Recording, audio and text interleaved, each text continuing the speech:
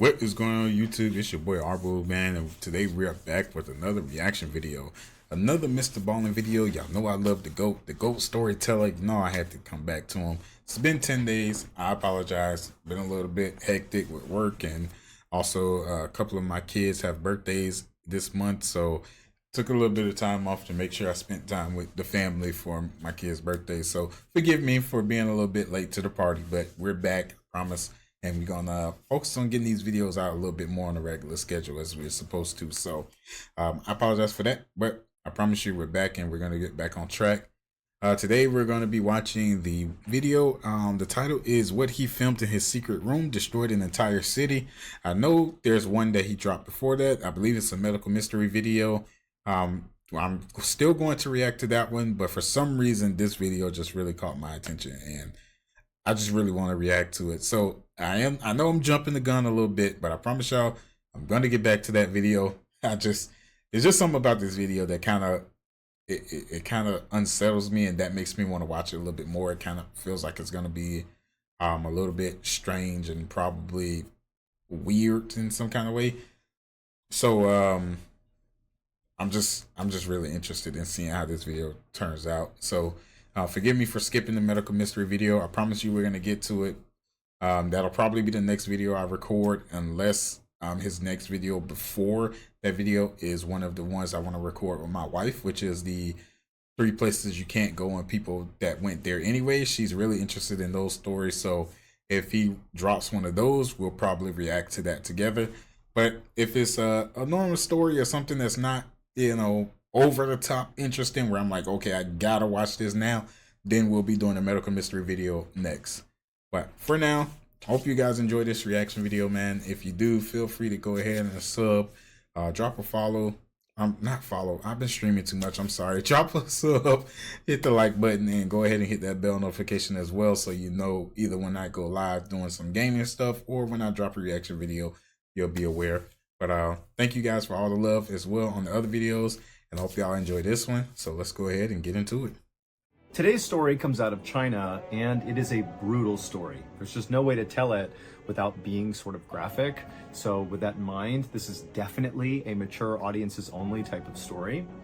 That said, it is a fascinating story, and the ending is something that very few of you are going to see coming. It's going to feel kind of predictable throughout most of the story, and then it's like the end completely changes your impression of the story. But before we get into that story, if you're a fan of the strange, dark, and mysterious delivered in story format, then you've come to the right place, because that's all we do, and we upload once a week. So if that's of interest to you, please offer to power wash the like button's house, but be sure you set the machine all the way up so you blow off their shingles and blast all their paint off, and then you just leave. Just leave it as is. Also, please subscribe to our channel and turn on all notifications so you don't miss any of our weekly uploads.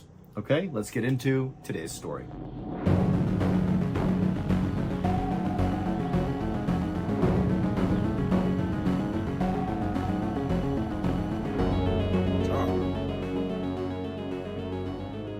One Saturday afternoon in November of 1990, a 26-year-old kindergarten teacher named Su Lixia sat crying on a bench at a train station in the city of Naha, which is located in northeastern China. Su had just left her husband for good. They'd had a bad marriage for a long time. It was very contentious. They fought all the time. And that morning, they had gotten into this major fight. And for Su, it was kind of like the final straw. And so she just stormed into the bedroom, grabbed some things, threw it in a bag, and just stormed out. She was done. But Su really didn't have a plan for what she was going to do once she left the house. And so she found herself just sitting at this train station doing nothing, just staring at the trains rolling in and out over and over again. And as she sat there, again, not knowing what she's going to do, she suddenly took stock of the fact that very few people were getting on and off of these trains.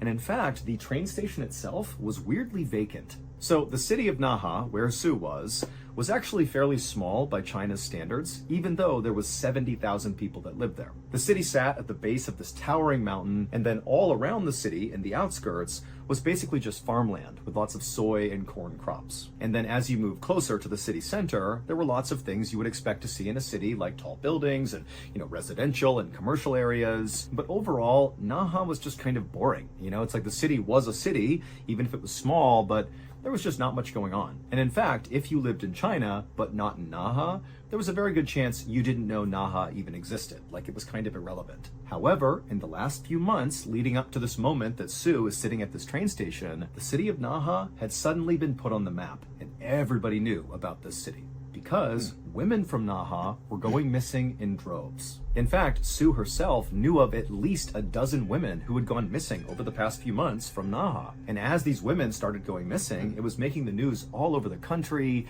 and women who lived in Naha were acutely aware of the risks of being out alone, in fear that somebody was going to come snatch them up and take them away. In fact, every time Sue would go to work, she would make sure she would walk with other women, like in pairs, to ensure safety. I mean, this was a really scary time if you were a woman living in Naha. However, the caveat to the missing women was all of them to this point, when Sue was sitting at the train station, had been sex workers. And Sue, she thought, in virtue of not being a sex worker and instead being a kindergarten teacher, that somehow she was not actually that vulnerable to being snatched up or, whatever was happening to these women, she just felt like it wouldn't happen to her. But now, as Sue sat at this train station, which again was eerily quiet and vacant, she couldn't help but feel like she had made a bad decision being here. She felt like she could easily become the next woman who went missing from Naha. And so Sue began to think, maybe I should just go back home and try to patch things up with my husband, mostly for her safety, just to go back inside her home and be safe again.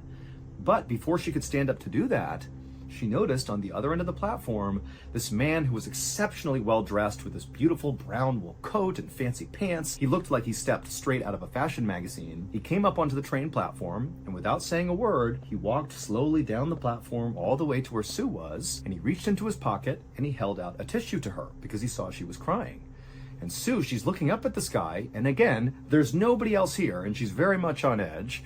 And she doesn't know what to do. I mean, it was already creepy that this place was vacant, but it's even stranger to have a random man come up to her and try to initiate some sort of interaction with her. It just felt wrong and weird and very suspicious. But as Sue stared at the sky, trying to figure out what his angle was, she could see that he had kind of kept himself standing back from her, kind of a respectful distance, not trying to crowd her out.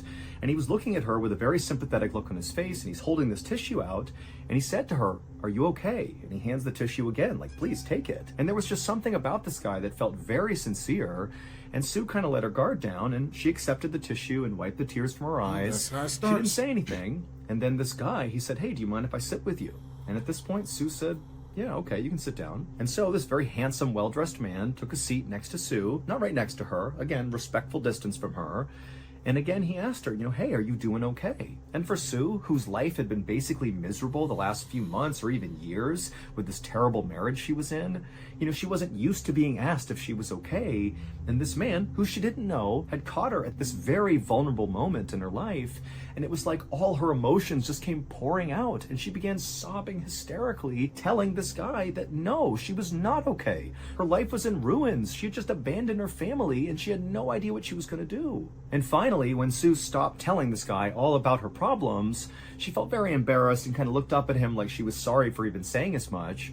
But the man, who was very intently listening, he was just nodding along, very sympathetic, and he told Sue that his name was Jia Wang, and that he was a director at a factory not far from here, and if she was open to it, he'd be happy to think about hiring her at the factory, give her a new start potentially, because it seemed like that's what she really needed. And then he asked her if she wanted to come back to his house to discuss this job opportunity further. Now with this, even though Sue had really appreciated everything this guy had done to this point, the second he asked her to come back to his house, she's like, red flags are going up. She knew there's something off here. Clearly this guy does have an angle, and it's not to benefit me. And so she looked at him with an absolutely suspicious look, like, no way am I going to your house. I don't know you. Like, I appreciate the tissue and you letting me cry, but there's no way. But again, as she's staring at him with the suspicious look, the look on Gia's face remained very sympathetic and very gentle, and it almost seemed like he was just going to get up and go, like, "Hey, I'm sorry for offending you." But before he did get up to leave, Sue said, "Hold on. Actually, yes, I'll come with you." No, Sue, She didn't know was why doing she so agreed to go with good. him. Maybe it was because her life was so messed up at this point that she was just kind of ready to take chances and be Sue, no, Sue. Sue, you was doing so good. Your red flags went off. When your red flags go off, look. When your red flags go off, please listen to the flags. Please, can y'all do that for me? When your red flags start going off in your head, somebody asks you to go to your house and you think, all right, hell no, he up to something. Just believe yourself. Trust yourself that he probably up to something. Just do that for me. Come on, Sue. You was doing so good. You was doing so good.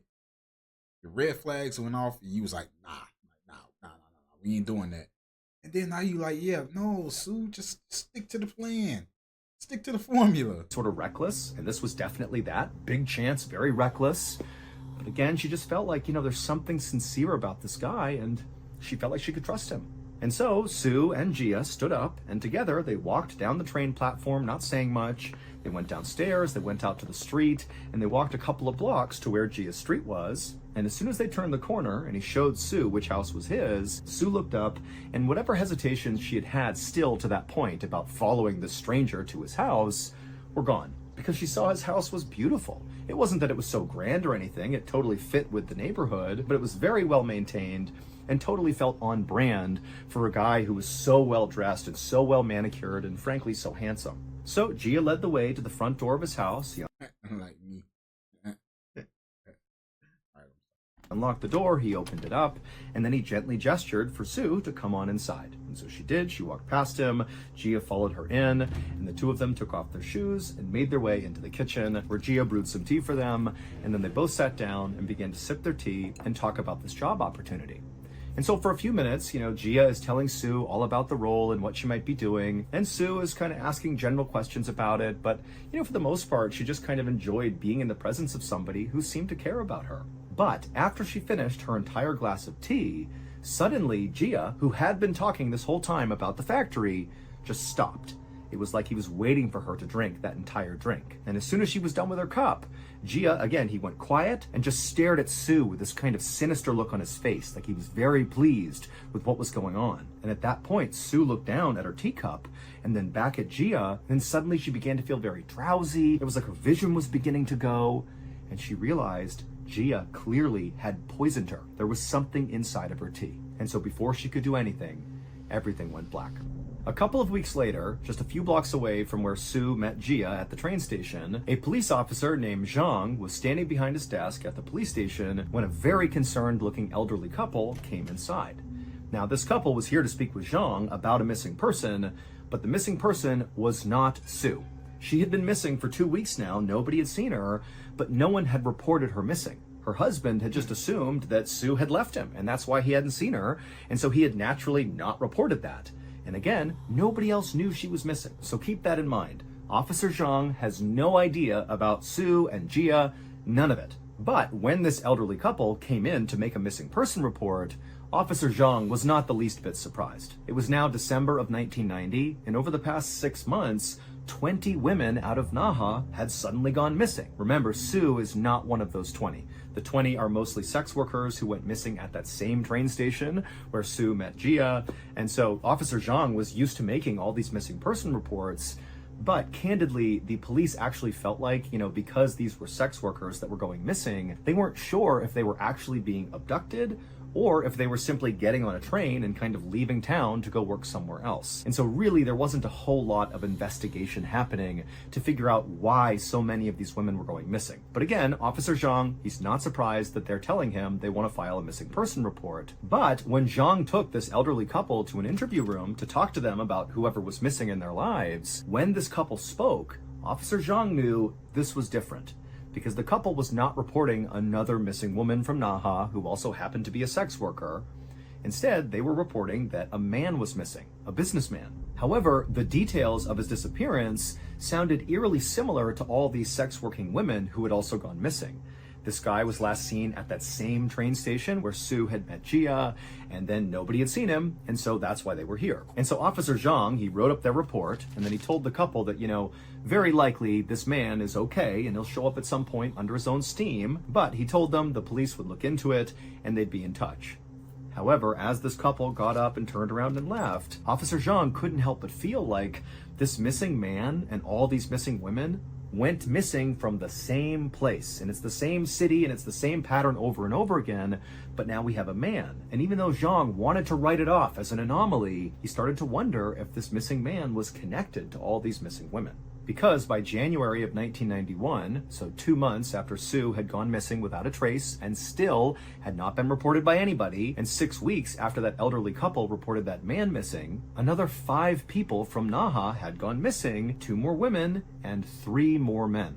And so now the police in Naha were looking at 26 people, men and women, that had all gone missing very recently out of Naha, and nobody had a clue what happened to them.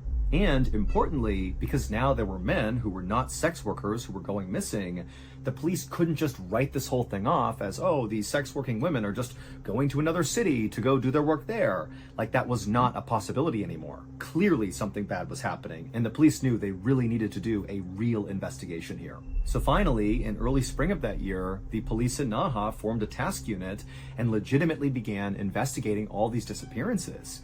But amazingly, there was like no information. Like there was nothing. These people went missing and nobody heard from them. There was no evidence of where they went. There was not even any sign that anything bad happened to them because no bodies had been found. There was no evidence of really anything happening. All the police knew is these 26 people, not including Sue, so she would be the 27th person, had been at this train station and then vanished. And that's all they knew.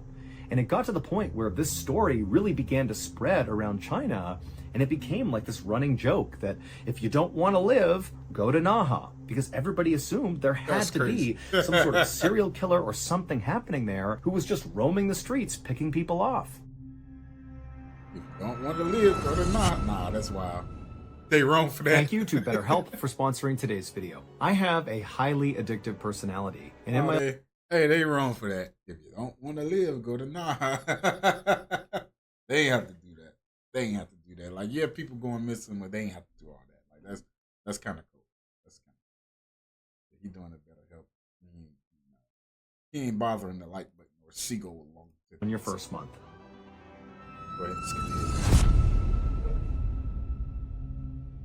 By late summer of 1991, when really this story had taken hold across the country and was becoming a bigger and bigger deal because there was absolutely no resolution here, police had no idea what was going on, well, the whole situation got a whole lot worse because now, in addition to people suddenly vanishing at the train station in Naha, more people were also going missing in other cities nearby Naha, but all along the same train line that left out of Naha. So more train stations, more disappearances, all around the area, not just the city of Naha, but all around. And by the fall of that year, when over 30 people had gone missing all the same way from these train stations all around Naha, the police still had absolutely nothing to go on.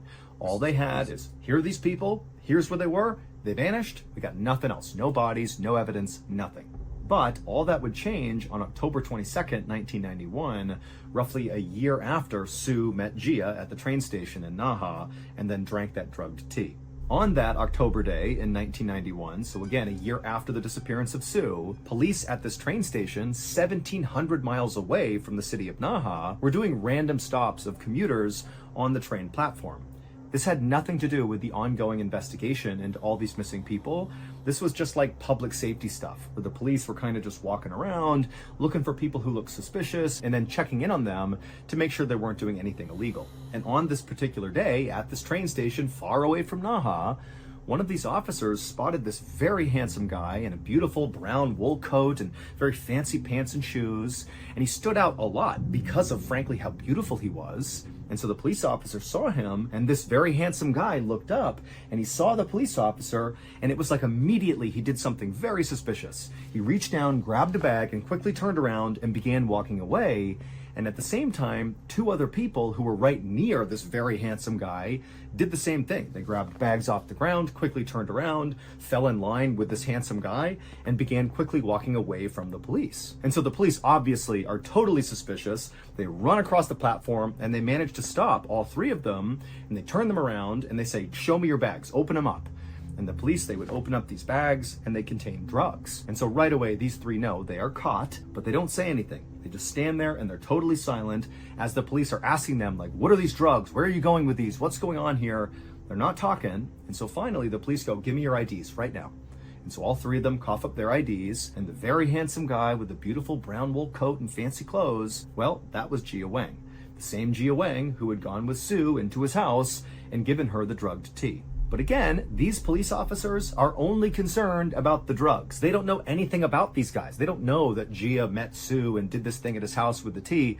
That wasn't even reported to police. Nobody knew about it. But these police knew they had caught these three people with these bags of illegal drugs, so they brought them back to the station and began to question each of them. And when they spoke to Gia, Gia said nothing. However, when they spoke to the two other people that were with Gia, one of them began to crack. It was obvious they had more to tell about these drugs, and they were kind of holding back tears, like they were very upset. And one of the interrogators, sensing one of these people was prepared to confess to something, instead of really drilling down on them, he was very comforting. And he offered them a blanket and said, here, take this blanket, relax, it's okay. You can tell me what's on your mind, it's okay. And that just totally broke this person. And they said, these drugs are nothing. You need to see what's in Gia's house. That will put these drugs to the side. They won't matter. What's in his house is horrible. The next day, a phone rang in the police station in Naha, and Officer Zhang picked it up, and it was one of the officers who interviewed these three people with drugs and got this whole horrible confession about what was inside of this guy Gia's house, and he told Zhang all about it. And as Zhang is listening to this, his eyes went wide because he knew this had to be connected to all these people going missing. Like, this has to be it. And so as soon as he hung up the phone, Officer Zhang rounded up 20 other police officers and 10 forensic doctors to go search Gia's house. And when they got there, the house from the outside looked just as beautiful as when Sue had seen it for the first time and felt like her reservations about Gia had gone down because of how wonderful his house looked. But as soon as all those police officers and the forensic doctors stepped inside of Gia's house, he wasn't home, there was nobody there. When they went inside, they were instantly hit with this horrible, horrible smell inside the house. Even though things are neat and beautiful inside too, there was something bad inside this house. And the smell seemed to be coming from the basement. And so at some point, Officer Zhang and the other officers, they got to the door, they opened it up, and they looked down, and all they could see was just this dark room down there, and the smell was so strong. But they pulled their shirts up over their faces, and they went down the stairs, and when they got down there, they couldn't see anything, it's totally dark. But the smell at this point was so overpowering that a couple of the officers almost fainted.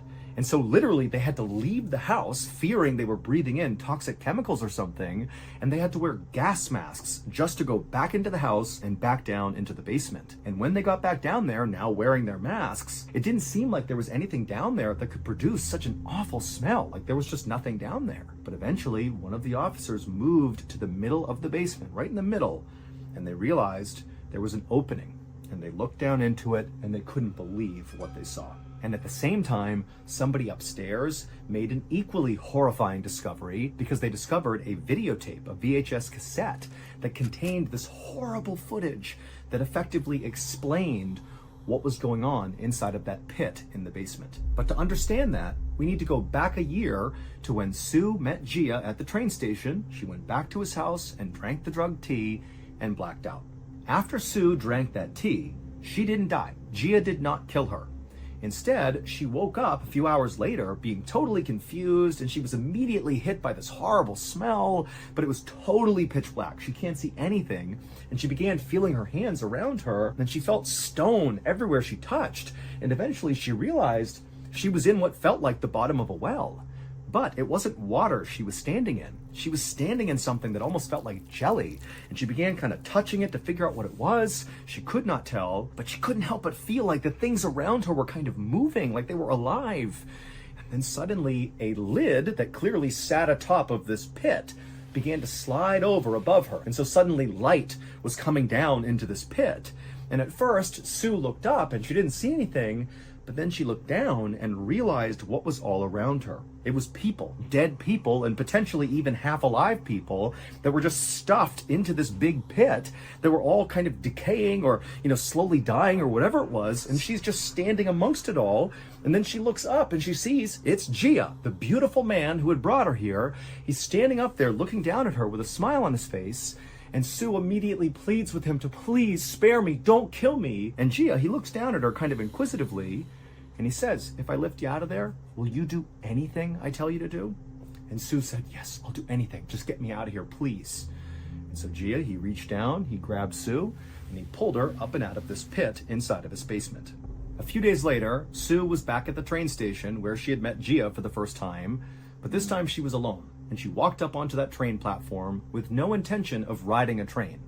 Instead, as soon as she got up there, she began looking around, and then she spotted a businessman who was sitting on a bench. And she walked over to him, and she sat down next to him, and we don't know exactly what she said, but we think what she said was something maybe sexually suggestive or, something along those lines, and she's holding his shoulders and touching his hand. She doesn't know this man, and this man is very caught off guard by this, but he's kind of going along with it. And before long, she takes this businessman's hand, they stand up, and they walk out of the train station down to the street, and they make their way a couple blocks over to Gia's house. And when they get there, Sue leads into the front door, she opens it up, she brings the man inside, the door shuts, they take their shoes off, and Sue leads this man into the kitchen where Gia is waiting with a wire between each hand. And as soon as this businessman walked into the kitchen, Gia pounced on him, wrapped the wire around his neck and held it until the man passed out. And then he released the wire. And then Gia and Sue took this man, they lifted him up, and they carried him down into the basement and laid him out on the floor. So he's not in the pit, he's just out in the middle of the basement floor. Then Gia stepped away, picked up a video camera, turned it on, and began to film. He was filming the man on the ground and also Sue. And Sue, she knew what to do. She was going to do anything she was told to do. So she climbed on top of this still very much alive businessman who's just been knocked unconscious, and she straddles him so she's looking down at his head. Then she picks up a knife and she holds it in front of her, and then she looks up at Gia, who at this point has zoomed the camera in. She can hear the sound, the mechanics inside of the camera as it's zooming in on what she's about to do. And then she raises the knife over her head and drives it into this man's chest. The video that Gia shot of Sue murdering this man was the video police found on the first floor of the house shortly after police had found this horrible pit in Gia's basement. It would turn out that Gia Wang was absolutely the serial killer who was responsible for all these people going missing from the train stations. He would abduct them just like he did Sue, and he would bring them to his house, and then he would do horrible, horrible things to them, and eventually he would chuck their bodies into this pit. And so when he abducted Sue, he actually thought that when he drugged her, that he had killed her, and he had chucked her into the pit, believing she was dead. But when Sue had woken up inside of that pit, when he opened it up and looked down and there she was, fully alive, he had an idea. Well, why don't I turn Sue into a murderer like me? She can help me. And so that was the condition for her being pulled out of this pit, that she would assist him in murdering people, and she agreed to do it. And so the reason the profile of victims changed from sex working women to random men is because those are the people that Sue went after. She began targeting men. And so when that elderly couple came in and reported to Officer Zhang that a man was missing, that was Sue's first victim, the man who had been seen on video being stabbed in the chest by Sue. Now, nobody to this day understands why Sue actually went along with this. Like, she was pulled up out of the pit, but then when she was told to go to the train station and find your first victim, it's unclear why she didn't just go to the police and say, hey, there's a serial killer, Gia, here's his house, here's where he is, go get him. For some reason, she just did what he said. And in fact, Sue was not the only person who was brought into this murdering scheme. He managed to convince 3 other people, including his ex-wife, to also commit murders for him. And all 3 of those people also had ample opportunity to flee and tell police, but they didn't. All of these people just did what Gia wanted without asking any questions. It was like he had absolute control over these people. That is, until that day in October of 1991, when those police officers doing a public safety check spotted Gia along with 2 accomplices fleeing with drugs, and they stopped them and they got them back to the station, and one of his accomplices finally broke and told the truth. And the person who told the truth, the accomplice who broke, was Sue. She was there with him at the train station, nobody knew she was missing, and she was the one who, when offered a blanket and was told, tell us the truth, she came clean. Ultimately, it was this police officer's kindness that broke her. In Gia's basement, inside of that horrible pit, right in the middle of it, were 42 bodies, 24 women and 18 men. In the end, Gia and all 4 of his forced accomplices, including Sue, were sentenced to death, and they were executed on January 24th, 1992. Today, the city of Naha is still just as infamous as it was in the 90s when these murders took place. And in fact, the nickname for Naha is now just Bandit City to reflect what happened there. 42 people. That's insane. I want to create a mildly effective... mildly effective goal. I want to make a mildly effective cold medicine made exclusively out of Egyptian fire ants. Take its horn off its head and you beat it to death. Singo! You die. Turned and leapt head first out the glass window. Pow! Yes! Got up on its flippers and began chasing us down the cave. A nice hot maga musk. And we settled on a piping hot plate of eagle tonsils, your smoked chicken gallbladder eggnog, your zebra cornea souffle. Get to go surfing. Surfing. But no! Pow! Yes, it did. Papa, tu dois avoir. Papa, tu dois avoir. Lungy was already in there, and he looks at me and he says, Papaye, deveríamos ter ficado con Hello Fresh. Oh, Lungy, put on... Ooh, Mr. Ballen. Ooh. It's not even funny. It's not even. If you're wondering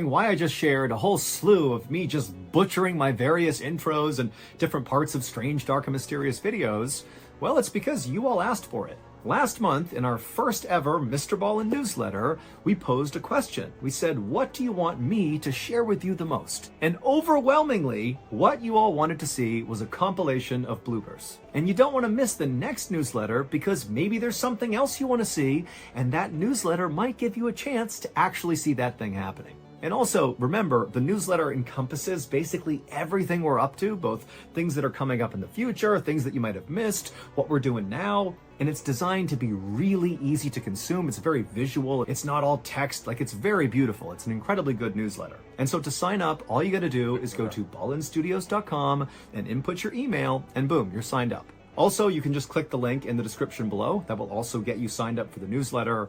And then we will deliver it to you, once a month, and boom, there you go. You're in the know. So thank you to all the people who have already signed up. And in advance, thank you so much to those that are about to go sign up. And I'm sorry to those that plan to not sign up, because really, you're missing out. And you know what? Seagull Lung, he's going to be pretty disappointed in you, so there's that too. Okay? Peer pressure. Go get it done. ballenstudios.com. Sign up for our incredible monthly newsletter. Thank you so much. See ya. Wait! Don't go anywhere. If you're looking for more strange, dark, and mysterious... I thought you had something else. Oh man, that is insane. 42 people. 42 people. And the crazy thing to me, this is the other video. This one right here. This is the other video that I have to react to a little bit late, but I promise we'll get that one too. But man, I don't understand. Like, they had an opportunity to just go to the police and just tell them what they were doing, and they just chose not to. I don't know. Like, I don't. And the crazy thing is that it's not like with the first guy, it's not like they were working together. Like, you're alone. Like, it's just you at the train station by yourself. Like, you mean to tell me you couldn't? I would have told. Even if you didn't want to do it yourself, you could have told the guy, "Hey, look, there's this guy that's trying to get me to come back to your house. He told me to come over here and flirt with you, and I'm supposed to touch on you and do all kind of things to make you think I want to sleep with you, so he can I can trick you into going back to his house, and he gonna do, I don't know what he gonna do, but I need you to go to the police and tell him that he lived down the street and get this man arrested or something." You could have did something, or you could have just ran to the police station yourself, since you know where he stay, and be like, "Hey, look, police, he stay right here. He been killing people. He tried to kill me, and I survived, and now he got me working for him." They had opportunities. I don't understand why she didn't do anything. But 42 people is insane. And they all got punished to death. That's the other crazy part. I thought maybe they would have maybe a little bit of sympathy for her, thinking that she was being manipulated, but I guess they probably felt the same way, that she had so many opportunities to go to the police and she just didn't. So as the same with the other people. They had the same opportunities. You know, they weren't working directly with him. It was split up. So I don't know. That's insane. But anyway, I hope y'all enjoyed the story. This took a wild turn. I was not expecting it to go this way at all. So this was crazy. But I enjoyed it. Glad I got to react to it. And I'll see y'all in a few days when we get this one right here. Like I said, this is the next one that has to be recorded. I will be doing it. I'm not going to skip over it. I'm not going to record the next one before this, unless the next video is the other series, which I believe is called The 3 Places You Can't Go People and the People That Went Anyway. If it's one of those videos, I'll probably record that before this one, just because I'll probably record that one with my wife. But for this one, if it's not one of those, or if it's not a super interesting story, then we'll be doing this one next, which I believe is a medical mystery video. So yeah, God bless. I appreciate y'all. I love y'all. Hope y'all enjoyed the video. Like I said, I'll leave a link directly to the video in the description, as I always do. And also let me know how you like the green screen setup. If you want me to go back to just showing the jerseys in the background, I can do that as well. Or if you like the green screen better, I'll leave the green screen up for now on in all the videos, and maybe find a different spot to stick my face in. Maybe not at the bottom. Maybe put my stuff in the corner or something, or make a little overlay for my webcam and just throw my stuff in the corner or somewhere. But let me know what you think. Let me know if you like it. If you like the old way better, if you like this way. If you have any other suggestions on the format of the video, always open. If you wanted to discuss why Sue didn't go to the police, I'm open to discuss that too. So drop that down in the comments as well. But like I said, God bless. I love y'all. Thank y'all for all the love and support. I'll see y'all in the next one. Peace.